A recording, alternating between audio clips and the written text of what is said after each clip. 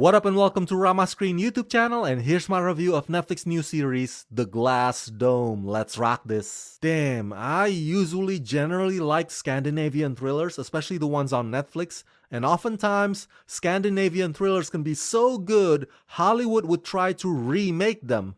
I mean, that's usually the case anyway, but I guess I've come across one now that doesn't meet those standards because I've already watched the entire 6 episodes of The Glass Dome and it's pretty awful. I mean, between the clueless, drifty characters I couldn't care less about and the bloated, rudderless storyline, take your pick, which one is worse? This show is long, redundant, slow, and way too chatty. The mystery's attempt to mislead you is more annoying than intense. Not to mention the twist reveal ending that's unwarranted, lazy, and falls short of being remotely close to clever. The elusive villain is creepy, I give you that, as this show keeps reminding us of that fact time and time again.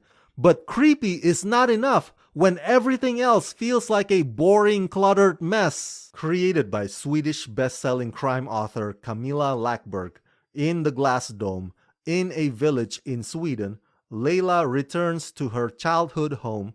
It's a place caught between tradition and modernization, causing tension among its citizens. For Lejla, however, her return is overshadowed by something far more dark and intimidating than she ever anticipated. As a child, she was held captive in the area by an unknown perpetrator trapped in a glass dome. Now, another young girl has disappeared without a trace. As Leia investigates the disappearance, she must also confront her own inner darkness as part of her past she tried to avoid. Are the similarities between Leia's past and the girl's disappearance just a chilling coincidence, or is history repeating itself?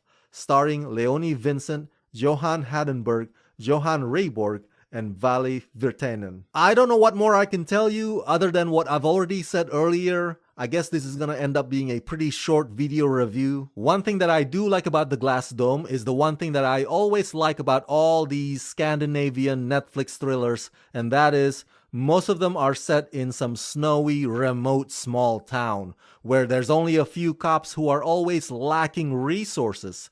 It gives off that cozy vibe, you know what I mean? As I implied in the synopsis, The Glass Dome tries to blend the investigation with the personal demons, especially the lead character who is a victim of kidnapping all those years ago. But in their attempt to sell itself as a heavy character study, The Glass Dome loses sight on being suspenseful.